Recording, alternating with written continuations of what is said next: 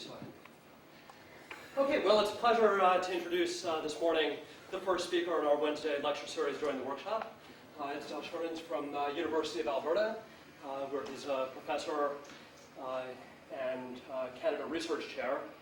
He moved there from University of Waterloo, and before that he was I guess before that you were a postdoc at Penn some time ago, and before that I guess you did your PhD at the University of Toronto, is that right? Mm-hmm. So Dell's a machine learning guy, also works on optimization and search, well known and well connected within that community, is chair of the conferences and edits the machine learning journal and all these good things. And today I'm very much looking forward to this talk, which is about new ways of training HMMs and other models discriminatively.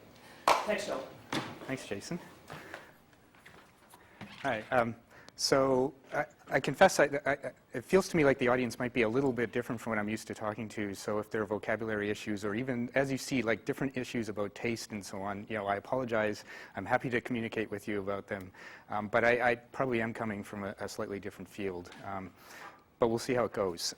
So what I wanted to try and explain something general, but that might be a bit complicated. So mostly I'll be talking about specific pieces of research, but there is kind of a pattern emerging from this, which is recently we've been looking at sort of a new space of optimization techniques, which have started to liberate us somewhat in the kinds of problems that we think we can feasibly tackle with regards to the training algorithms. And what I wanted to talk about today, I'll see how far I get, was some case studies that we've been going through lately, but how we're starting to see that we have a broader range of capabilities now in developing some of these algorithms than at least me and my group thought we had a few years ago. So in particular, some of the things we've been doing recently are looking at new training techniques for support vector machines that are in fact unsupervised. So training discriminative models without labeled training data.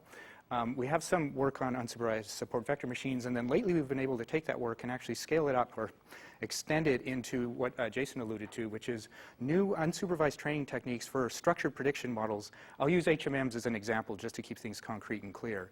Unsupervised training techniques for structured prediction models that are nevertheless discriminative and not sort of the classical generative model kinds of training algorithms.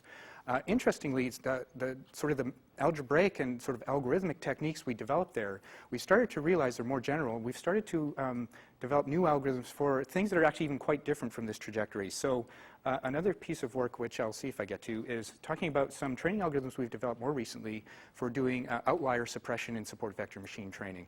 It's just a different problem, but the mathematical structure is very related, and it turns out some of the relaxation techniques that we've developed directly give us sort of nice training algorithms there. Even more recently, we've been able to extend this into a more general space to tackle all kinds of problems in what would normally be discrete combinatorial structure search problems, where we can now sort of formulate them as continuous smooth relaxations and even achieve convex relaxations.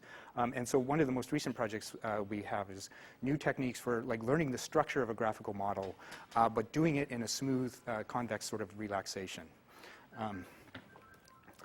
I think that I was overly ambitious in trying to put this all together. So, in fact, what I was going to try and get through today are 3 pieces of work. There's no way I'll get through all 3, but that's okay.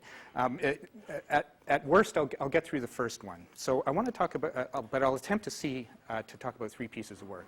The first thing, and mostly what I'll talk about, is a sequence of developments that we've gone through on unsupervised discriminative training algorithms for hidden Markov models. But there's many stages, like talking about unsupervised support vector machines to start. So I'll probably spend most of my time just talking about that. And then depending on the time that's left, I may make an attempt. I may just not, but I may make an attempt at showing you the robust training algorithms for SVMs. And almost certainly I won't get to the BaseNet structured learning, but I just want to maybe give you an advertisement because I'll be around a day or two, and if people are interested, I could probably fill in some details for those of you who care. Okay, so primarily I want to sort of pitch to you what I think of as a new approach to sort of discriminative training algorithms. And a lot of it is facilitated by having the actual algorithmic tools to at least get started on this problem. I want to make sure I pitch the fact that most of this work is due to one of my PhD students, Lynn Lee. I don't want to take credit where it's not due. Okay, so here's the pitch. So what we've been working toward is a new training strategy, at least for structured prediction models, in particular hidden Markov models. And the key aspects of this training approach is that it's unsupervised, so we don't want to rely on labeled training data. It's discriminative. That is, we don't want to train it generatively, but really concentrate on the conditional part of the model, how you actually do the prediction given the inputs. But moreover, we're actually going to strive for a training algorithm that at the end of all of this is convex. It's not going to be subject to, sort of multiple local maxima in training where you have to start dealing with restart strategies and annealing strategies and so on. There's really going to be a solution to the training problem. Nevertheless, it'll still be discriminative and unsupervised. And partly if I say I want to do unsupervised training of hidden Markov model, to date, really, except for perhaps Jason and Noah, most of the dominant view of this problem is immediately backing off to an EM point of view, right? We're going to think of a joint model and look at the marginal part of the model and the observed data and try and maximize likelihood or something like that. And I'm going to come back to this later, but this is exactly about not doing EM, okay? Okay, but some truth in advertising. It's bleeding edge, okay? Like there are going to be issues. There's going to be lots of things to complain about. I'm not going to try and pitch this as a technology you can run out and use today. The shortcomings will be apparent. But I think what's important is to show that there's a way out, right? There are actually alternative criterion you can formulate, and with possibilities for reasonable training algorithms that really will achieve those three objectives, okay? All right, so how am I going to pitch this story? Well, I'll introduce the model and notation just so at least you can get used to seeing the way I'm doing things. But mostly I'm going to break the story down into pieces. After I sort of say here's the structure prediction model, I'm going to present the work we have on unsupervised support vector machines. It's going to show you, at least in the most intuitive manner, what the key idea is. And in fact, it's not even that deep, but there are some algorithmic challenges, and I'll show you how we address those. In fact, this will take a fair amount of time. By the time I'm finished talking about unsupervised support vector machines, you probably will have completely forgotten I intended to talk about hidden Markov models. So once I've lost you there, I'll come back and say, remember now I want to apply this to structure prediction models. And show you how we can actually generalize this approach to that case. And then try and deal with some subsequent issues that we still have to face there. Okay, so it's foolish of me to talk about hidden Markov models in front of this group, I suppose, but nevertheless, just to see the model, right? So we're talking about sort of a stochastic dynamical system, discrete time, discrete state. I'm really going to assume that the state variables, which I'll tend to call y, are probably from a small discrete set. I'm not going to really worry about scaling up to large state numbers and things like that, okay? And then we have some observations coming in here, and there's Markovian assumptions and so on. There's two aspects to a model like this, right? There's clearly the dynamics part of the model, which is talks about the relationships between subsequent states or labels, and then the observation model, which is talking about how those hidden states or labels are related to the observables. Okay, and most, what at least I'm going to assume I'm interested in is the conditional part of this model. That is what I want to do with a model like this once I've built it, is do decoding or do labeling, right? I'm going to assume I have some observed sequence that I want to label, and I'm going to do something like a Viterbi decode to compute a most likely labeling or state sequence for the observed part of the model. And we're going to focus on training, of course. And what I want to do is learn a model like this. So that means I'm going to have to learn something about the dynamics and learn something about the observation model that allow me to do accurate decoding.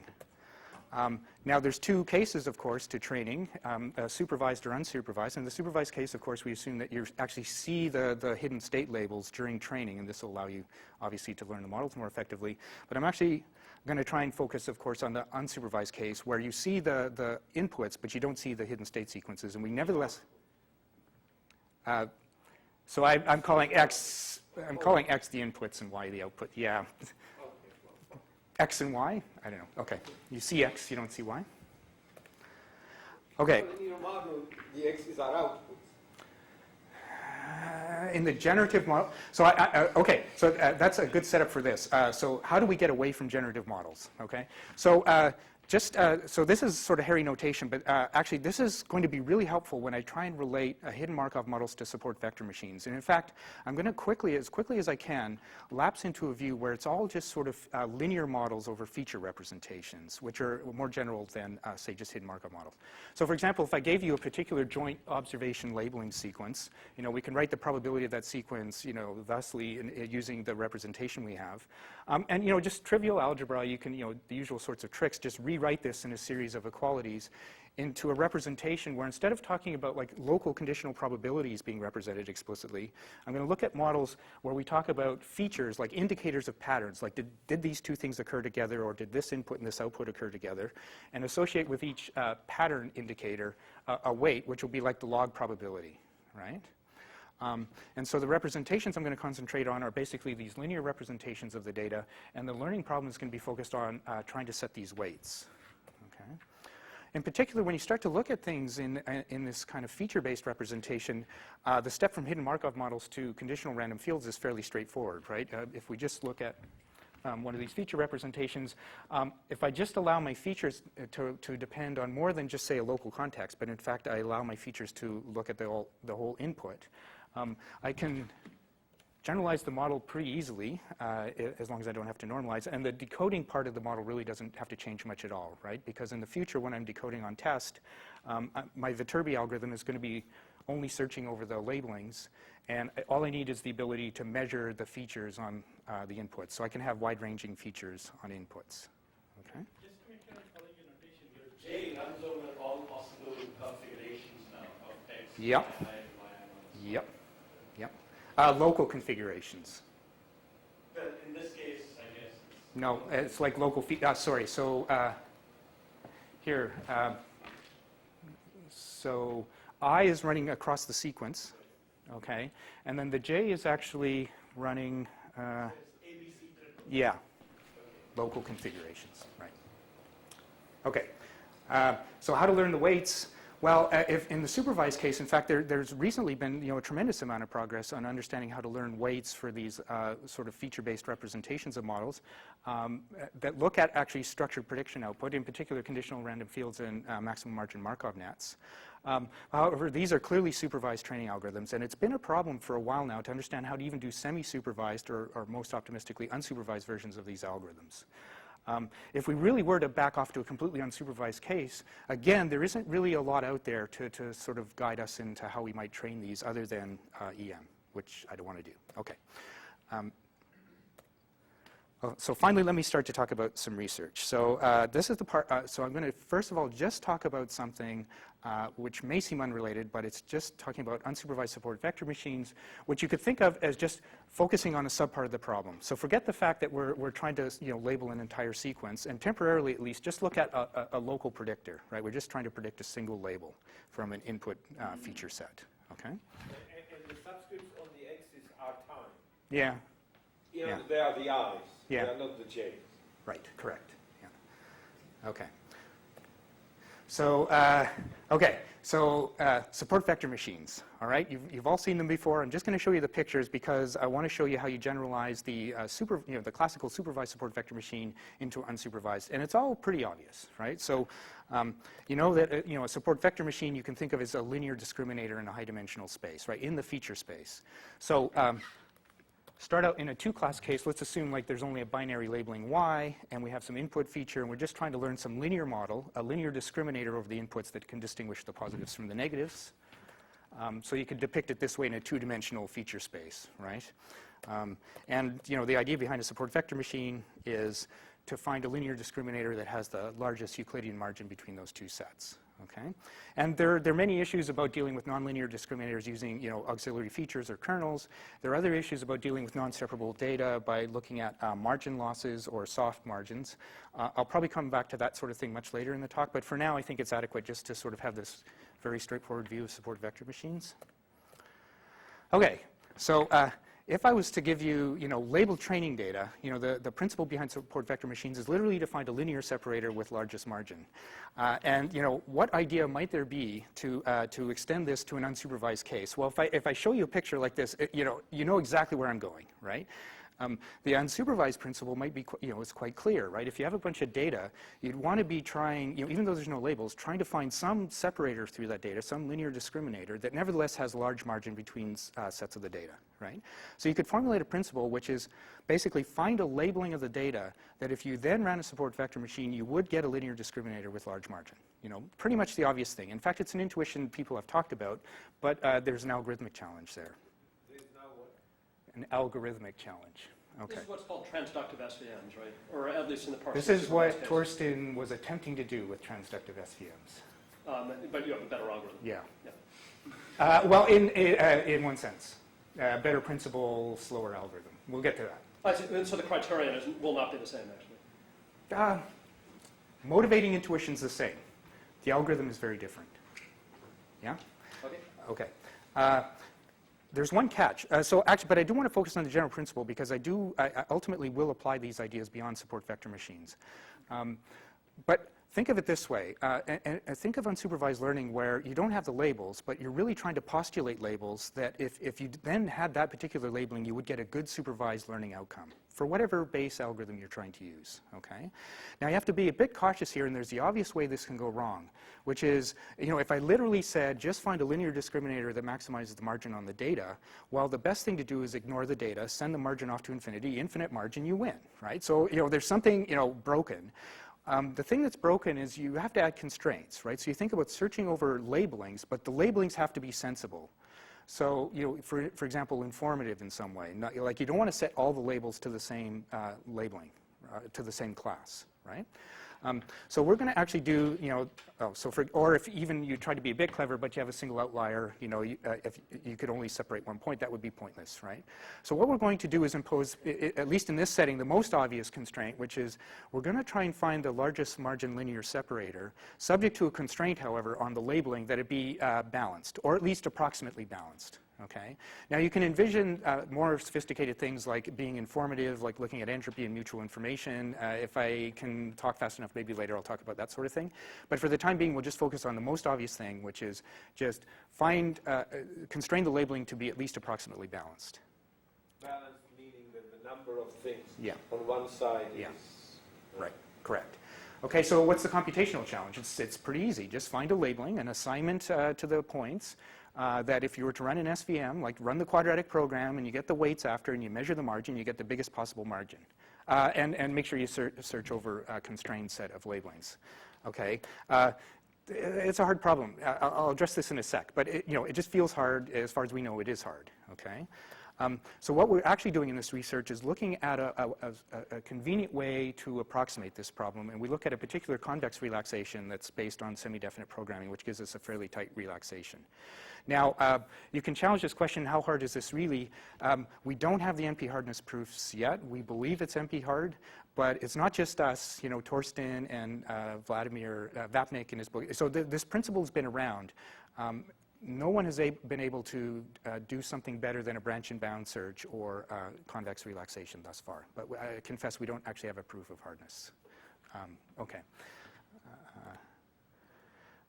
All right. Nevertheless, let me show you our approach, because the techniques we use to develop this actually, I think, have their own use in other machine learning problems. And this partly was the fun part of the research. So say we want to do a convex relaxation of this labeling problem. How do you actually go about doing this? And what's kind of fun is that it's a really easy way to manipulate the standard the standard quadratic program formulation of a labeled support vector machine. So here's our strategy. If you just look at the standard supervised training algorithm for support vector machines, you can write it like this. I don't know what the level of familiarity is here, but it's a quadratic program that normally is solved in the dual. And so if you formulate the standard dual quadratic program for support vector machines, it looks like this, where lambda is a vector of dual variables. So you have one Lagrange multiplier, one dual variable per training example. Okay? But it's just a quadratic program that is, there's a linear and a quadratic term in the objective, and you're just trying to solve for a lambda subject to very weak constraints that maximizes this concave quadratic. Okay? Now, you have to examine this a bit more carefully. So again, let me explain the notation. So E is a vector of all ones. This is just a sum over the lambdas. Vector of all ones. So this is just, the matrix notation will help us, trust me. So it's just the sum over the lambdas. Okay? This term here, so here the K is the kernel matrix, right? So it's the inner products between the input feature vectors, okay?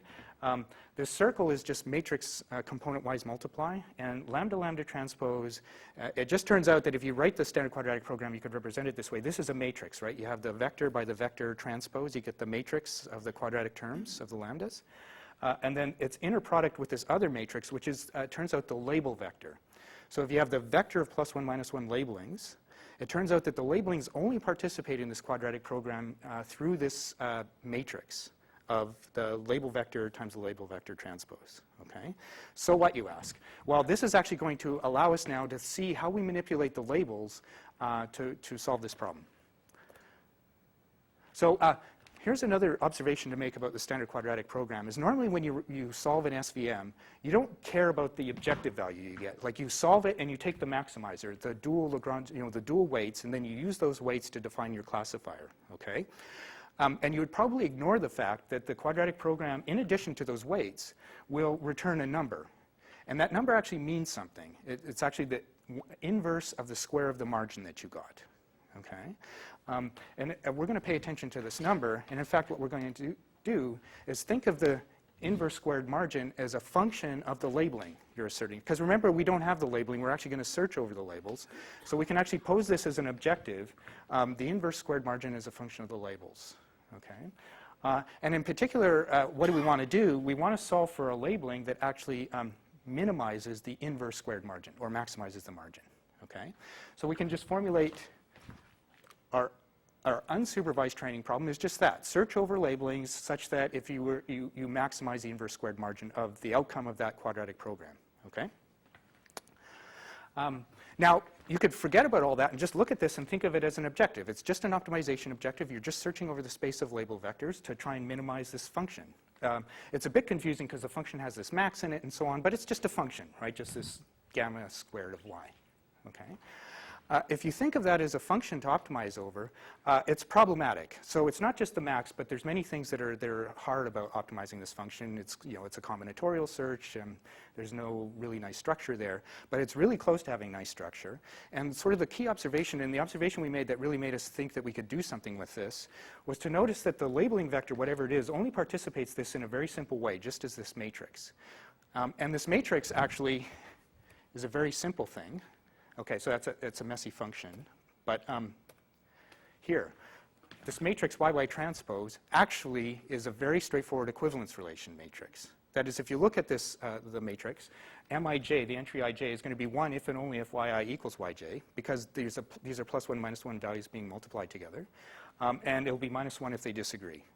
So the only way the labeling participates is as an equivalence relation matrix. And it makes sense, right? We're trying to label the data, but if it's two classes, that would just be the same as just putting the data in equivalence classes. So you could actually solve a quadratic, you could solve a support vector machine without seeing the labels. You don't need the labels. You just need to know how the data is set into separate equivalence classes.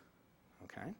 So if we were to reformulate this problem not as searching over label vectors, but as equivalence relation matrices, it sounds like a bad move, but it has a very nice outcome, which is if we just rewrite this now instead as a function of the equivalence relation matrix, we see that, well, it's still a messy looking function here, but as a function of the matrix, the internal part of this objective becomes a linear function.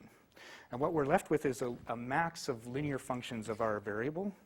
And this is a well-known property in convex optimization that a max of convex functions, linear functions, is convex.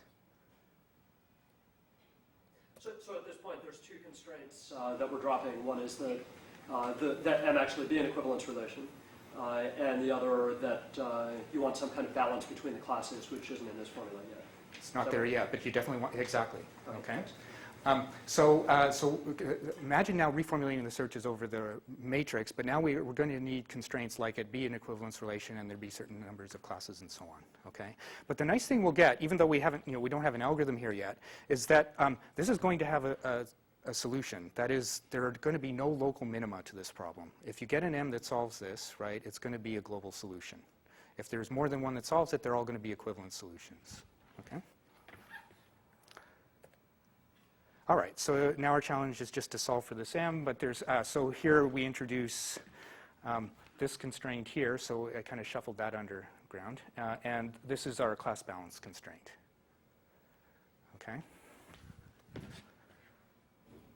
Okay, so, oh yeah, here's how we do it. So one problem we have here is that these are non-convex constraints. So we haven't gotten away from the combinatorial search yet. But there's a bigger problem, which is there's this quadratic equality constraint there. So this constraint says that M equals YY transpose for some matrix, for some vector Y. And that's a problematic constraint.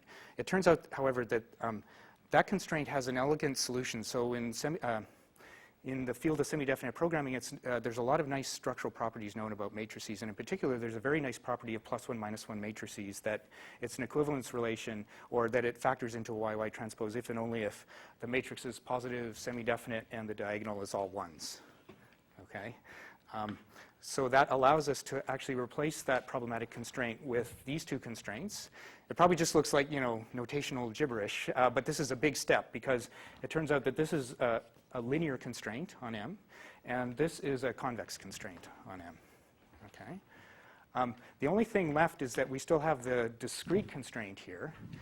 So our final step is just going to be to relax the discrete constraint on M into a continuous constraint. Okay? So at this point, we actually have a continuous optimization problem that's purely convex. So we're going to try and optimize the equivalence relation matrix, but it'll be a soft equivalence relation matrix to try and, to maximize this criterion. That is, the implied SVM classifier would have the largest margin. Okay? That's basically the core of our development to get sort of an algorithm. Now, if you actually train this, you're going to get an equivalence relation matrix that's actually soft. So subsequently, we will have a decoding problem, right? So we'd actually still need to round that matrix to actually cluster the data, if you wanted to cluster the data. But if all you want is the discriminator, then you don't even need to do that. We can take the discriminator that is associated with that solution. Question? So basically, this is a different clustering algorithm. Yes. Okay, and how does it compare with Pretty good. k-means or? Yeah, so we actually ran, we ran it against compared to k-means and spectral clustering and so on. Now we ran the usual subjective assessments and some attempt at an objective assessment. So we ran some. Actually, I wasn't going to talk about, but yeah, good. So we would take some set of labeled data, like some UCI data sets or some image data, toy image data, which has labels. And the idea is we'd remove the labels, we'd run the clustering algorithms, and then we would just relabel according to the clustering and find the labeling that had minimum error, and then compare the error rates of the various algorithms. And actually, it's a priori, we don't know how well justified this principle was, but we got pretty nice results. So it turns, as far as we could tell, we had the best results on clustering compared to standard spectral clustering techniques using the same kernel. But again, explain these numbers, please. so these are error rates in the way I described. So you take a data set, you label it, you remove the labels, right? You cluster and then check error rates. So these are percentages. Yeah. So these would be percentage misclassification error. Yep. Yeah. So small is good. Our technique is the top row. Standard spectral clustering and k-means are these. So it's a bit anecdotal. I mean, I'm not trying to push it too far, but actually that was the first thing we checked is how good is this as a clustering algorithm. It seems to hold up, yeah? So your criterion of maximizing the margin between two sets sounds like the same criterion that is used in the graph cut algorithm. Yeah, it's related. More expensive, in fact. The graph cut is more expensive? Ours is, yeah. Graph cut's just an eigenvalue problem, right? Yeah. Yeah.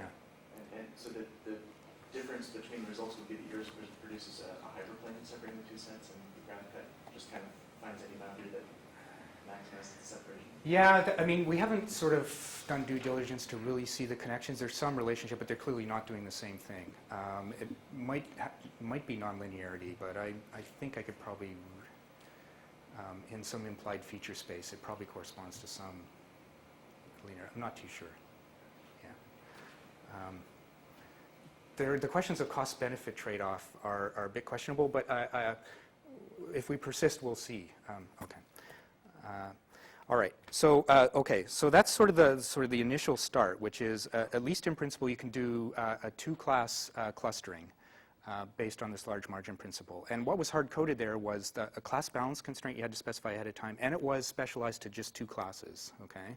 So one extension, I won't dwell on it too much, but one pretty immediate extension is how do you do multi-class clustering, right, or multi-class unsupervised learning. The way we pursued it here was actually just to take a standard supervised multi-class support vector machine, which is it's messy, and I won't really impose this on you, but there's some messy quadratic program which is a useful way to do multi-class support vector machines. It's probably the most widely used, okay? So we could take the same methodology, start with the supervised training algorithm, and follow through the steps. It's the same sequence of steps. I'll just point out a few things that maybe matter about it. You start with the supervised criterion. You think of it as a function of the labelings, but now the labelings are basically indicators from a set of classes. So you could think of the labeling here is a matrix. So if you have like T examples by K classes, you could think of it as a 0, 1 matrix with a single 1 in each row indicating which of the K classes you have, say, okay? You can now think of this objective as a function of the labeling. You want to choose the labeling that minimizes your loss. It's not, you know, it's a problem. And then we do the same thing. We introduce auxiliary variables that simplify the objective. And the auxiliary variables we introduce, one is the same as before. It turns out we'll have an equivalence relation matrix, which is, you know, our two objects in the same class. It turns out we do need to make use of another matrix, which is the label indicator matrix. So it's the same size as the original matrix Y. It's, you know, T by K, where K is the number of classes. Okay. And it turns out that these two matrices have a similar looking quadratic constraint to before. Okay. Yeah, you can rewrite the quadratic in a matrix form. That's not so important. The nice thing to observe, though, is that with respect to these auxiliary matrix variables now, our objective here becomes linear in the matrix variables, and we have a max over linear, so it's still a convex objective in the matrix variables, which gives us some hope for reasonable training algorithm, except it's still discrete. We have the same thing. We have the discreteness issue, and then we have this problematic constraint, but we can relax those in the same way as before. So replace the quadratic constraint with a semi-definite constraint, and relax the discrete constraints to be continuous. So we'll solve for a soft multi-class clustering. The class balance constraint here now we've generalized to multi-class. So based on the number of classes, we just want all the classes to be approximately the same size, but there's some parameter that controls how approximate. Now, that is a weakness, which is to apply this to a multi-class setting, we need to specify how many classes, and we need to specify that they're all balanced. So there's still these shortcomings there. But subject to those caveats, you can actually run this and do the same sort of experimental evaluation that we had before. Okay? And as far as we can tell, we get very reasonable clustering performance out of this. Okay, just a quick word. Once you can do unsupervised training of a support vector machine, then going to a semi-supervised support vector machine formulation is trivial, right? We're optimizing matrix variables like equivalence relation matrices. All you need to do if you have some set of data where you've got a labeled component and an unlabeled component, the equivalence relation matrix you can just factor into a submatrix on the labeled component, which is really a known matrix, and then leave the remaining part of the matrix unknown. And it's really trivial just to add constraints that clamp the known part, leave the remaining part free, and still impose class balance constraints and so on. So you basically get semi-supervised support vector machine training for free, and this is finally where we would compare to things like Torsten's transductive SVM. It's attempting to do the same thing, but Torsten's principle is the same, but his implementation actually is heuristic. He plays around with slack variable, okay, so we think we have a principled relaxation as opposed to heuristic, and for the most part, I think we lose on one. I think we lose on one data set, but for the most part, when we've investigated, we've actually gotten superior results. Okay. Yeah, same sort of thing. Okay. All right, just to finish off this story about support vector machines. So thus far what I've done is I've explained to you, and maybe in some detail, shown you how it is you can take a supervised training algorithm that's very discriminative, support vector machine training, and through some formulations, you re-express the problem in a way that allows you to apply the same training principle without labels. Okay, but the general idea is actually almost embarrassingly simple, right? And the general idea is something that actually has allowed us to move into other areas. The general principle being the obvious one. You have a bunch of unlabeled data. The principle is simply, guarded optimism. Like, find the labeling that would give you a good supervised training outcome, subject to some sanity constraints on the labeling, subject to class balance or mutual information or some kind of reasonable property of the labeling. But other than that, you're really just trying to exploit the fact that the supervised training algorithm is basically incorporating structural assumptions that hold true in the domain. And to the extent that that's true, this principle will hopefully uncover those structural properties if they exist in the data, right? But it's not going to be universal, just like any supervised training algorithm. If I apply SVMs in a domain where I've chosen very bad features, it will not automatically give me a good classifier, right? But if it's a domain where I would expect it to give a good classifier, even if I don't have the labels, presumably if there is a labeling for which the SVM thinks it has a very nice outcome, there's a good chance that that labeling actually corresponds to reality. What's really missing here is any kind of theoretical foundation for this intuitive principle. And the truth is it's hard to develop, and there isn't one yet. But the intuitive principle is much more general than support vector machines. So you can imagine something like logistic regression or conditional random fields, where indeed we can do a very similar development, where we can formulate unsupervised versions of logistic regression or conditional random fields, where the dual is not the dual of a quadratic program, but it's the dual maximum entropy problem. But you wind up with a very similar structure in the dual, where you can search over matrix variables that are equivalence relations instead of labels. It's pretty much the same game. Okay, so you can play this game with, frankly, any supervised training algorithm, decision tree training, neural net, whatever. At least the principle you can apply. Okay, this is something that, at least in the, I don't know about like other fields, but in the machine learning field, has been a principle that hasn't actually been articulated in the literature anywhere and has not been systematically investigated.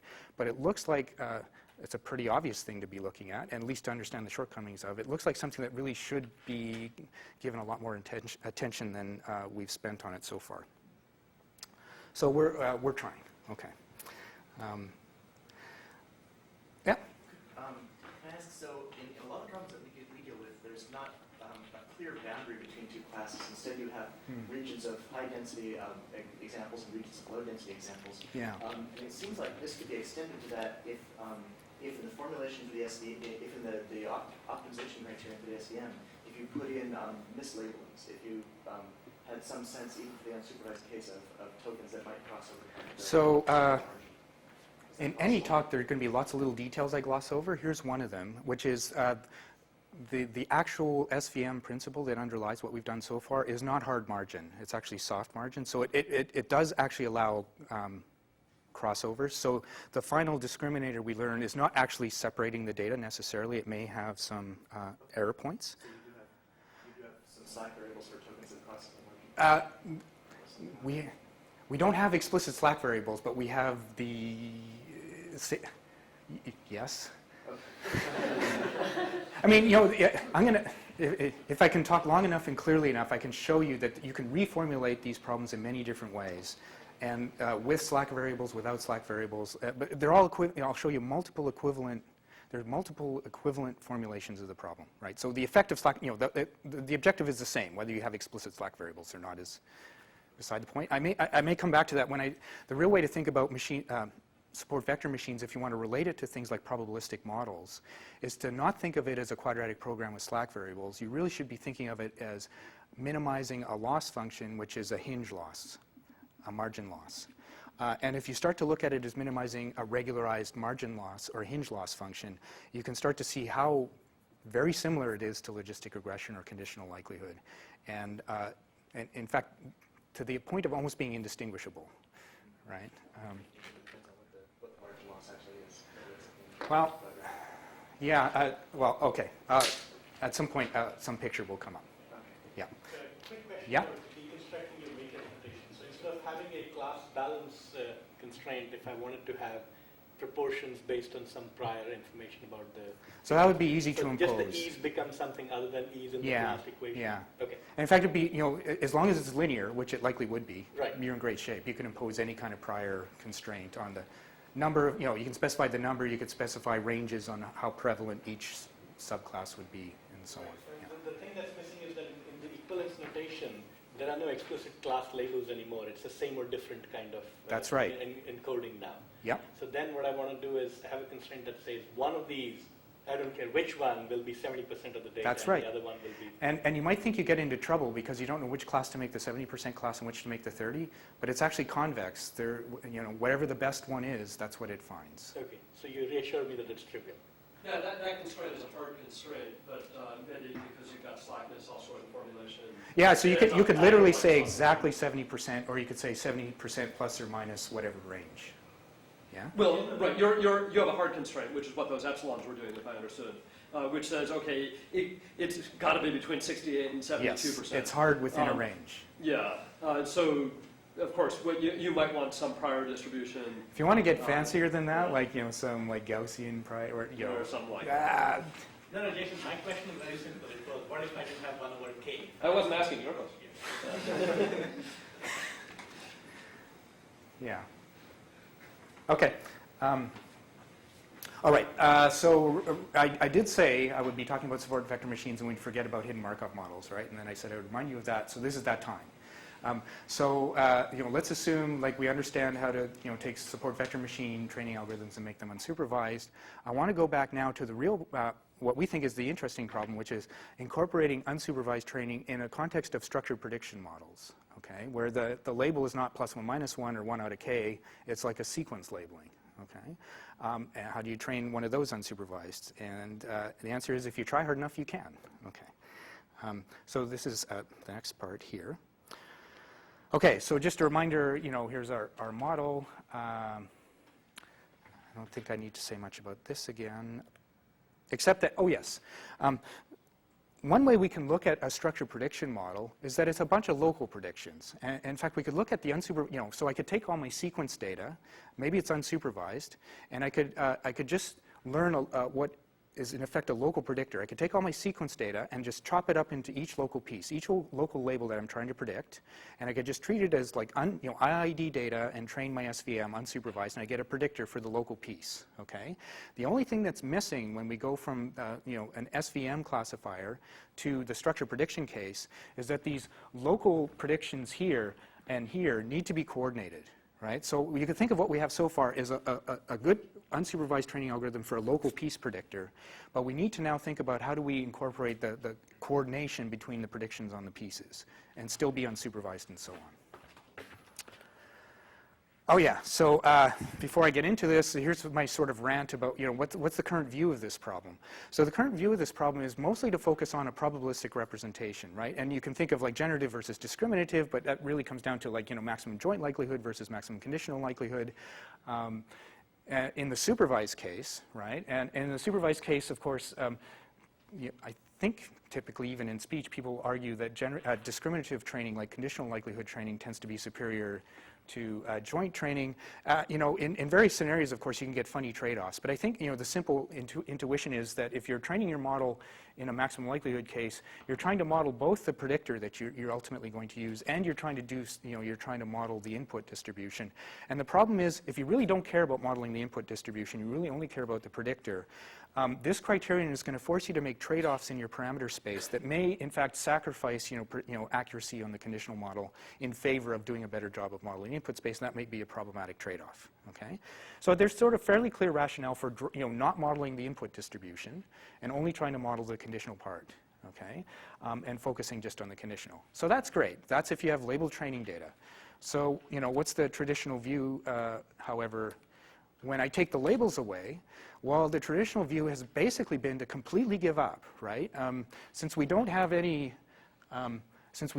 labels, right, we basically back off to the generative view, that is the joint distribution view. And in fact, the criterion that EM is optimizing has nothing whatsoever to do directly with the conditional, right? The criterion that EM actually optimizes is simply to maximize the likelihood of the input. It simply forces the parameters to model the input distribution, which is exactly the part we didn't care about. We just finished arguing. We don't care about that part, right?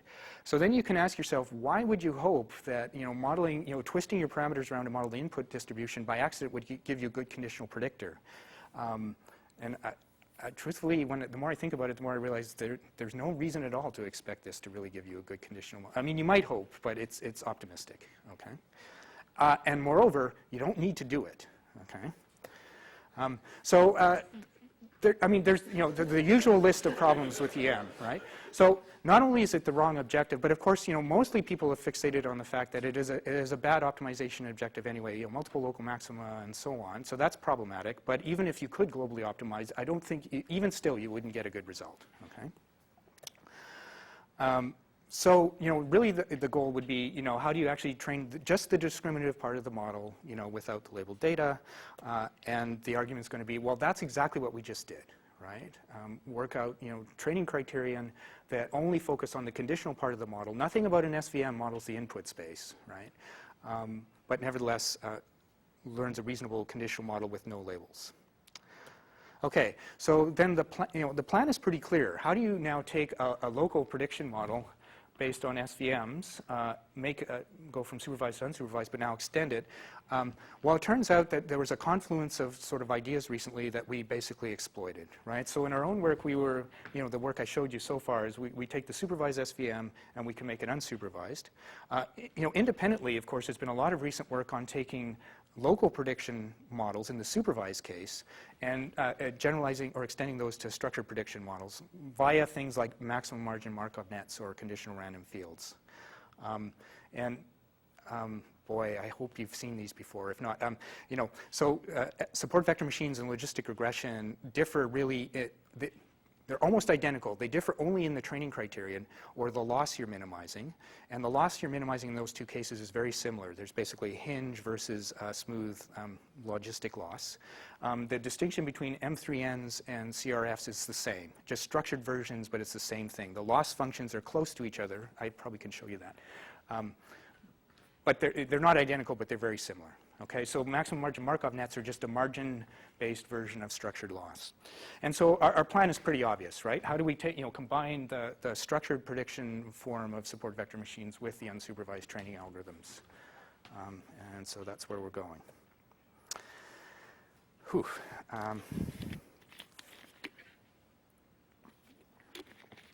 This is probably the world's worst depiction of maximum margin Markov nets. Okay, so here's our linear model over the structured space, right? So we have features like J ranging over local pieces, okay? And our conditional is given by the linear model exponentiated and normalized. But since we're only going to be focusing on the conditional prediction and we're going to use like a margin loss instead of a likelihood loss, it turns out the normalization we're not going to care about, okay? So a maximum margin Markov net is a training algorithm for tuning these weights over these features that focuses on the margin loss. Now, this is the primal quadratic program. It's just a mess. I don't even know why I put it there. But it might just be better if I showed you the loss function. So that mess down there, which is actually an exponentially large quadratic program, is equivalent to a regularized loss that you're trying to minimize, okay? So you're trying to minimize over the parameters some regularized, quadratically regularized form of the parameters plus a loss. And the loss is just summing over your training instances. I don't know what to call them, K, okay? A funny looking loss function, which is the max over possible labelings, possible labelings of the training sequence K, of some kind of a loss between the possible labeling and the target labeling, okay, plus now WT phi, would I use F? F. Okay, so sum over I. So now on a particular sequence going down the sequence in length I, WT F xk y, here, let's go xk y k I y I minus 1k. So, sorry, with the alternative labelings L minus WT F xk y k I. Okay, maybe this isn't much better, but this is a funny looking loss function. So, but it's clear, you can see here's a regularization term we're trying to minimize with respect to W, and here's a loss. And so in a particular example K, we have the input, the X part, and then there's the missing Y part here. And this is supervised, so you see the right labeling Y, okay? And you're trying to basically minimize something that if you look over all alternative labelings, your response on the wrong labeling is not much bigger than your response on the correct labeling. And since you're trying to minimize this, you're trying to make the response on the correct labeling bigger than the response on the wrong labeling, okay? But this delta measures how far apart the wrong labeling is from the correct labeling, and the more different it is, then you're trying to make this gap even bigger, okay? It's kind of an product instead of a sum? could I, what? You want me like so I can exponentiate this whole thing and then No. I mean, you're adding delta to this difference of sums here. And maybe I'm remembering something wrong. I thought you'd want to multiply delta by the difference of sums. So this is because you want the loss to be. This is exactly the criterion used in the Kohler, Gestrin, Tasker maximum margin Markov nets. Now there's related work by Hoffman and Torsten Hopkins and so on, where they actually have alternative ways of scaling the margin, and some of them I believe are multiplicative. So there's some leeway in how you design this, okay? If you're careless about it, you don't get a QP. If you're reasonably careful about it, you'll still get a quadratic program, okay? The reason this quadratic program, okay, how do you go from a loss formulation to a quadratic program? You introduce slack variables. So what you'll do is for every one of these terms inside a max, you'll just introduce some slack variable, k, and then lk, and then you'll force that slack variable to be non-negative and bigger than the thing inside. And then you'll get a quadratic, so you can take this funny looking loss formulation, just write it as a quadratic program. That quadratic program is going to have exponentially many slack variables because you have a slack variable for every possible labeling. And then if you take the dual of that, because there's a constraint there, you're going to get exponentially many dual. I'll come back to that. I'll come back to that in a sec. But for now, I just wanted to show you the loss formulation. It's clearer than that. And you can see the relationship between conditional random fields and this pretty easily, which I could show you in a sec, yeah? What's the trick to avoid this exponential number of... Yeah, so that is why the M3N work is actually quite good. So the next slide. Okay. Yeah. Let me attempt to do one further thing. So comparing this to conditional random fields, you might think they're totally unrelated. Actually, they're very similar. So a CRF training algorithm can be written, if you introduce a regularizer, can be written very similarly.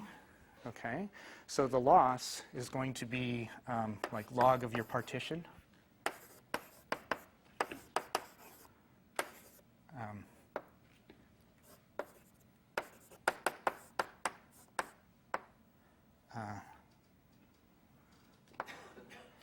Log of the partition, sum over I, f, k, l, k.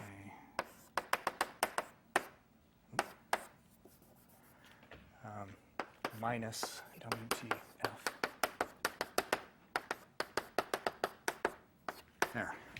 So this is actually the conditional random field training objective. This is the conditional log conditional likelihood, okay, with a regularizer, with a quadratic regularizer, which you typically do, actually.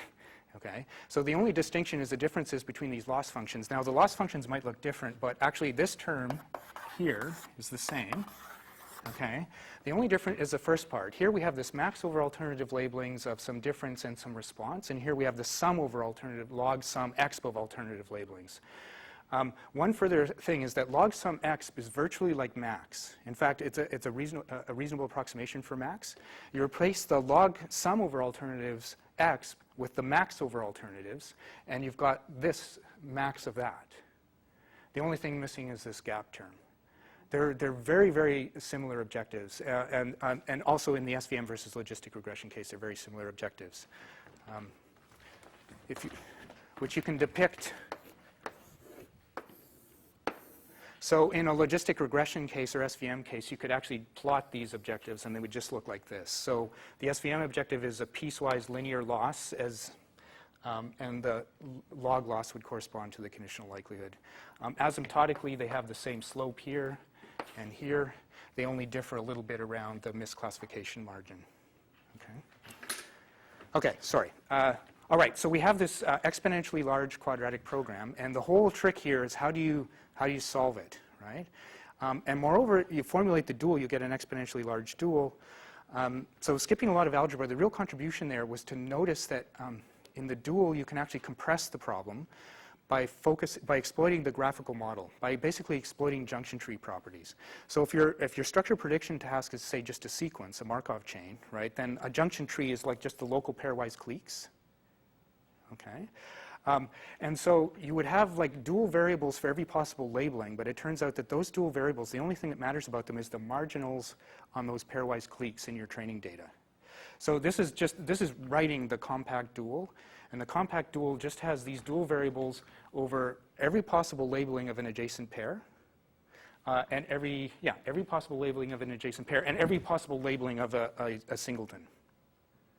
Okay, so I know I'm skipping over a lot there, but that really is the trick, is to notice that you can just marginalize the dual variables by exploiting junction tree property. And it turns out that if you just enforce like the local consistency in a junction tree, that the marginals on the pairwise cliques equals the marginal on the singleton cliques, then that is enough to ensure that globally the thing is consistent, and then globally it will give you the same solution as the exponentially many dual variables. Sorry, bit vague. What's important for our purposes? We can just take this off the shelf. What's important for our purposes is to notice that the solution is expressed in terms of variables over labelings of pairs and singletons. Okay? And this is where supervision comes in. So in the supervised training algorithm, where you see the labels are in the labels over pairs and the labels over singletons. Okay? And so that's what we won't have. So what we need to do is formulate an unsupervised version of this problem where we want to formulate equivalence relation matrices and label matrices that are basically over the same pairs. So we want to have an equivalence relation over how pairs are labeled and over how singletons are labeled. Okay? Just one picture.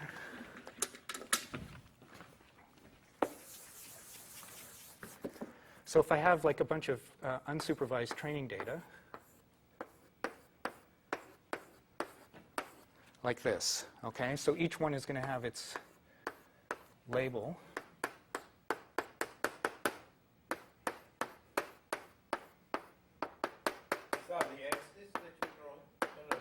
So there's x, y, x, y, x, y. So say I have 3 sequences in my training data, okay? This one of length 5, 3, 4, okay? And I don't have, and the top part is the y part, I don't have it, okay? I just have the inputs x, okay? What is the equivalence relation I need to formulate? We have 2 equivalence relations. One is going to be over singletons, and one is going to be over pairs. The pairwise equivalence relation is basically going to take any pairs. So here's a pair here, and here's a pair here, and I need an equivalence relation over all possible pairs. So, it's going to just line up all the pairs in a big matrix. Okay? So there'll be like basically just a matrix that the size of it is quadratic in the number of local pairs. Okay? And then I'll have another equivalence relation matrix over singletons. Okay? And basically, can I show it? We get this massive-looking semi-definite program, okay, where we have an equivalence relation matrix M over, I think M is over pairs or M over singletons and N over pairs. And we have an assignment matrix C over singletons and D over pairs that they have to satisfy these constraints. And there's some mutual consistency constraints between these equivalence relations, okay, which are linear constraints. Anyway, this is usually the part where the talk dies. But, it's the same methodology applied in this much more complicated setting. But the main thing to notice, at least from your perspective, is how is this really going to scale up? Because we have to represent, like the matrix variables we're optimizing over are going to be at least as big as quadratic, right? It's quadratic in the number of local pairs in your training data. So if I have 100 sequences of length 10, which isn't big, that's a lot of pairs, right? That's 1,000. So somewhere in the computer is going to be a 1,000 by 1,000 matrix, which will still fit, okay? But that's just the matrix variable you're optimizing. It is not how you actually solve it, right? So there are some issues that we have to deal with here. Okay, yeah. I may be lost hopelessly, so, but maybe not. Yeah. The equivalence on the pairs means, okay, the pairs are the states in a Markov, in a hidden Markov. Mm-hmm. Pair of states. And first of all, are they the neighboring states? Yeah. They are the neighboring states. Yeah. And so what is equivalent? In other words, one pair of states, even though they in reality will have a different label. I mean, the machine, I'm thinking of it as an HMM machine. So there is an equivalence between a pair which are labeled one way and another pair which is labeled some other way. not in this No, one. they are labeled the same way. Yeah. So I have if a this is pair state labeled. number 1 and 7, it's Yeah. only equivalent to another pair which 1, is 7. 1 and 7. That's I right. see. Okay. But then we have this another equivalence relation, which is over singletons. So there's Yeah, going to yeah, be the yeah. class of 1s and the class of Yes, 7s. yes, yes, yes. And there is a mutual consistency between them. Okay. Yeah. So Okay. the idea is that, just like earlier, you were saying, instead of deciding what the label of each example was, just ask whether they're the same or different. Yeah. Here it's whether a pair of states are same or different, and whether a pair of transitions are same or different. That's right. Okay. Yeah. Well, somebody had to try it. Like, I'm not saying it's pretty, but like we gave it a go. Okay. Yeah. I mean, if you're working with these HMMs used in speech recognition, which are sort of left-right, Yeah. with lots of constraints about possible addition states, you will have a very sparse matrix of. So that's we're going to need tricks. Okay. So when you look at the experiments we can actually run, you're going to laugh, right? Because we can't run very big experiments, and we've exploited nothing sophisticated at all about like the state transitions, nothing about sparsity priors or constraints or anything at all. But we're definitely going to need stuff like that to scale up. How am I doing? Well, you're about 5 minutes over. But I can wrap up virtually at any Lunch isn't point. until noon, so. yes. Oh, they did tell me to buy time. Yeah, that's right, it's $5 a minute. Yeah. Okay. Okay, let me just show you our cheesy little experiments, and then maybe I can talk a bit about how we can try and scale up. I didn't mean to stop you in any way, just because I said you're 5 minutes over. You wanted to know. No, I did want to know, and that's actually useful So I told information. you, but Yeah. Good. Okay, what were we able to do so far? As you can imagine, this is a big problem, and I guess I haven't explained much about like semi-definite program solvers to you, and I don't know how many of you have seen those before or not. It's not that big a deal. I could talk about it later, okay? The big problem is you can imagine, is they don't scale up as well as a typical linear or quadratic program, right? Like they make, SVM solving look pretty trivial, okay? Now, you can imagine one problem is that the number of variables you're optimizing over is much bigger, okay? But on top of that, like you have a big constraint optimization problem where you're searching over the matrix variables with a semi-definite constraint. It's the state of the software there is still pretty primitive, okay?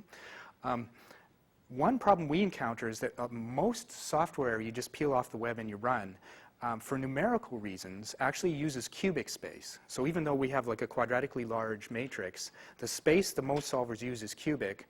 Once you start taking 1,000 and you cube it, even nowadays, you're in a lot of trouble, okay? Now, if you look around enough, you can actually get lightweight implementations that are only quadratic space. So it turns out we have space issues. Once you overcome the space issues, now you have time issues, because the real computational complexity of semi-definite programming is polynomial, but it's like order, I forget what it is, n to the 7th or 8th. Okay? So what we can do here is we can run problems where the number of pieces in the equivalence relation, like the number of pairwise pieces, is about a couple of hundred. Once you're at 500 pieces, you're talking 8 hours on a... Sorry, by pieces you mean transitions that are not pegged to 0? Yeah, number of adjacent pairs. Yeah. But once you're at 500, this is like a 7 or 8 hour, training exercise on a pretty good modern, but single processor machine. Yeah? Yeah, it's okay. That still allows you to do, say, part-of-speech tagging with 20 to 25 tags. No. This is no. Oh, it's worse than this. What did I miss? So, okay, part of speech tagging, like how long is a sentence? Oh, well, 40, and how many sentences are you going to train on? Like, so, I mean, I'm literally talking like, maybe sequences of length 10 and maybe 20 of them. There are some games, approximation games you can play where you could break something long up into shorter. Definitely pieces. need approximations. So that's where the the words are unambiguous. yeah. Okay. So these experiments, the first set here is synthetic, where we literally just generate 10 sequences of length 10, all binary labels. Like, so the hidden state sequence is just binary. Okay. So it's really toy. Nevertheless, actually, but we just wanted to see, does this even work? So we just compare, nevertheless, our classification accuracy of the conditional model we learned to EM, where we do like a 10, I think we did a 10 random restart EM, Okay? And things are actually quite promising because our accuracy improvements here are much more substantial than they were in the simple clustering case. So there's some hope here that actually the added complexity is helping us, not hurting us. What's going on here is we're increasing the noise in the model, and as the noise increases, though, we are backing off much closer to EM. But EM is, again, maximizing a probabilistic criteria, and here we're just maximizing margin things. And even though I said, like, you know, conditional likelihood and margin minimization are very similar, they're similar, but the truth is when classes really do become overlapped, conditional likelihood is more robust. Like, you don't have to tune the regularization. It tends to behave better. So at higher noise levels, we probably should back off to a likelihood loss instead of margin loss. But anyway, it's pretty encouraging, though. And then we have some toy protein data. It's just, it's actually real secondary structure data, like 3 classes, alpha helix, beta sheet, beta coil or something. Sequence data of really long sequences, but we can't train them. So it's artificial. You know, we took the real data, but we just chopped it up, right? Like windows of size 10, maybe 20 windows, okay? So it's not a real structure prediction problem. And our accuracy improvements are there, but they're not, you know, they're okay, but they're not supremely dramatic, okay? And frankly, this is all we can do right now with this. So it's really toy, okay? It's more, I think it's the idea that's important. The technology is not there, okay? I should wrap up, but we did make some attempt at approximations, and I'll spare you the details, but the way we attempted this is we can reformulate the objectives and play around, and we can reformulate it as an alternating minimization problem, which actually gives up convexity. So you have a matrix variable you're optimizing, and then you have the internal parameters, like the dual variables or the slack variables you're optimizing. And you can say, for a fixed matrix variable, you can run the auxiliary quadratic program and solve the internal variables. And then for fixed internal variables, we can actually re-optimize the matrix variable. And if we do that, it's still a semi-definite program on the matrix variable, but then we can back off to actually a really cheesy heuristic, which people invent all the time, which is for a given, the internal variables, for a given solution to the internal variables, that defines a linear classifier. So you've got your classifier, and now the matrix, we're optimizing the matrix to basically minimize the loss of that given classifier. It's literally the matrix, the solution is just the labeling that classifier gives you. So we get an alternating minimization strategy, which is basically start with a labeling, train an SVM, relabel according to the SVM, and back and forth. So relabel, retrain, relabel, retrain. Everyone does this, right? It's just self-supervised training, right? What's kind of new here, though, is that although that's heuristic, we actually have something here that most people wouldn't have naively, is that we can prove this is non-increasing, you know, this is decreasing in the loss function we're minimizing. We actually have a principle here, which is it's a coordinate descent algorithm that is guaranteed to always minimize, guaranteed to always reduce the objective, which means there's no way you can oscillate, right? Unless you're at a fixed point. So we're guaranteed to at least converge to local solutions. But clearly, you know, if you initialize badly, you'll quickly get stuck in a local solution that's quite poor. But at least now we can run it on real problems. This is too cheesy, so we lose a lot here. So if we try this, we're much closer to EM, and we've given up most of our gains. So we've only just started to, you know, attempt things on approximations. We have things that we can now scale up to real protein problems, and we still get some minor improvements over EM. But we've given up a lot of the accuracy, so we need further work. So we're still sort of balancing this act between scaling up and still preserving approximation quality. Just starting in on it, yeah? So this raises an interesting question as to whether your advantage over EM is in the objective, having a better objective function or better surge. If you could look at the likelihood surface like God and find the true minimum, how well would that do? What would happen to approximate that if you went from 10 random restarts from EM to 100 or 1,000? No, I understand. So earlier we argued that EM is optimizing the wrong objective anyway, and yep. So but to really prove that, what you want to show perhaps is as you increase the number of restarts, yep. The global minimum in likelihood actually starts to give you worse performance, right? And ours is convex, so there's not any search there. One thing we did play around with a bit, but we didn't do it systematically enough, is we take an EM model and then take that as an initializer and run ours from that. Yep. Okay? And then we did vice versa. We would take our model and run EM from that. Yep. If we take EM and run ours, we do tend to see generalization accuracy improvements. If we take hours and run EM, we tend to see flat. We don't see it really destroying the model, but we don't see it improving the model. When you say hours, do you mean CDHMM? Yeah, the exact, yeah. So there's some, it's not so, so it wasn't like EM really wrecked it, but it didn't make it better. It just kind of was mostly a saw-off. But we tended to improve an EM local minimum. Well, so if you look at the EM criterion, if you look at likelihood, how do the CDHMM solutions compare they're with lower the EM like solutions? the marginal likelihoods, I can't remember, but they're not necessarily better. Yeah. Yeah, I'm way over. I should probably stop. We've done other work, but you can ask me about that later. Yeah, this is probably a good point to stop.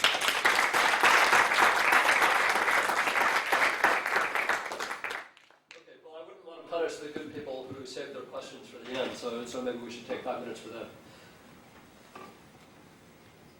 I think people want lunch. Oh, no, there's a few. Okay, yeah, sorry. Actually, your K-means experiments, did you do some dimensionality reduction before applying the K-means? Boy, it's a while ago. I'm not sure how seriously we did that. Like if we ran PCA first and so on, I am not sure. I think we're a little bit more careful about the spectral clustering because we really, mostly in the literature, in the communities we were publishing in, we expected more pushback there. So we're pretty careful to try like reasonable spectral clustering techniques, but the K-means we might not have done much interesting there. I mean, the K-means results were not very good. Right, but it from could. my experience at least, K-means is very sensitive to how you do the dimensionality reduction. And if you use full dimensionality, it can be very bad.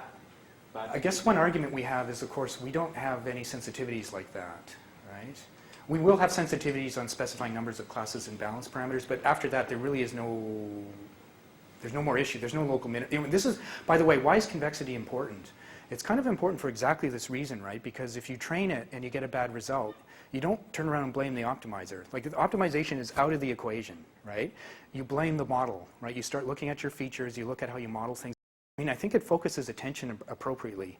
The problem with non-convex objectives is that when you get a bad outcome, you're kind of at sea, like, well, if I do, if I run genetic algorithms, it's going to, find some nice global minimum, but you never know, right? So now you're doing research and optimization, global optimization, which is a mess, and trying to improve your model.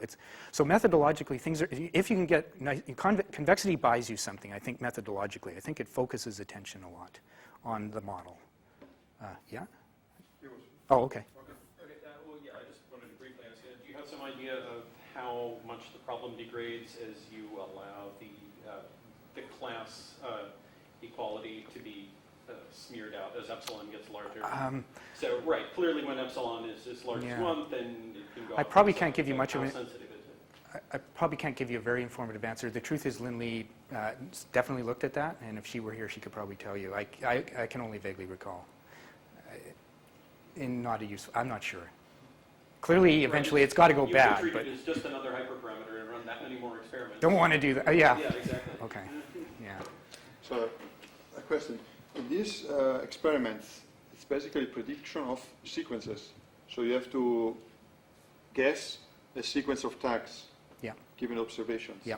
So I'm wondering, you have shown before this version of the conditional random field with unsupervised training. Yeah. Okay, which seems to be computationally cheaper than this full HMM. This alternating minimization is cheaper. Okay, I'm wondering if you would combine conditional random fields with dynamic programming over the sequences, would you still do better than EM? EM? Maybe. Because they were talking about part-of-speech tagging. This could be typically approached. You don't need really to train HMMs, but you could train conditional random fields and apply dynamic programming to find the best sequence of states. I guess that's what our alternating minimization is doing, right? Like we're basically learning a classifier. We're just giving it a fake labeling, learning a classifier like a CRF, and then relabeling according to the CRF and just self-training. And so we are getting some benefits over EM, but not huge. And truthfully, the initialization now is starting to play a big role because there's local minima. If you initialize badly, you get a bad model. we're right back into the same space everyone else is in. With so I think this direction is going to lead to like really useful breakthroughs. But I think the two alternatives I can give you right now, which is something that's just hopelessly too expensive to contemplate, but if you could do it, I think would give you something. Versus our current cheesy approximation, which you can try, but really I don't think is going to necessarily pay off. Somewhere in between those two things, there's got to be something, but I'm not there yet. Like, I think that's just a research question right now. Don't know. Okay.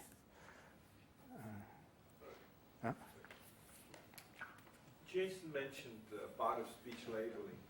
I would have thought that the problem with part of speech labeling is that, at least in the EM way of doing it, you're maximizing the likelihood, and that's not what you're after at all.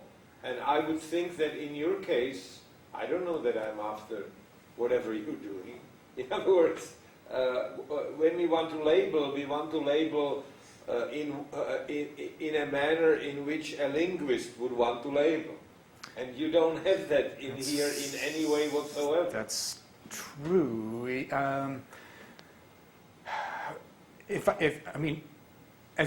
still sort of doing toy machine learning things. If you ask me seriously how to do unsupervised speech recognition, and you take away computation as a barrier, I might still give something like this, maybe conditional likelihood instead of margin, but something like this a whirl. But it's true, what would be important is the feature set you use would be richer than just input. You want to start to use like so-called dynamic features, like features that look at context in the labeling that you can still use in your decoder.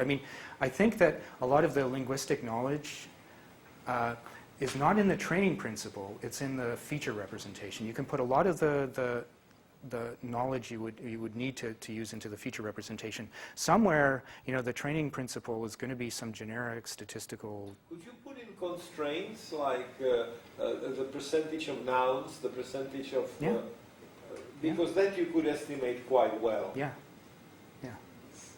So those are like class balance constraints. Those are pretty easy. There's other constraints that might be a little harder. Yeah, okay, but there are certain things which you would know statistically what they are. Yeah. Maybe they would help you. Yeah, maybe a little hard computation. But interesting task would be to tag a new language. You have knowledge about other language, and you could make guesses that, I don't know, Maori language uses names, verbs, and stuff like that.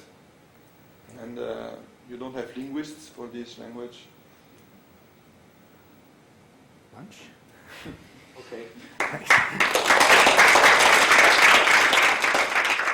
So just to remind people, there's lunch at noon across the quad on the first floor of Barton. And noon is in 10 minutes. And Fred tells me noon is in 10 minutes.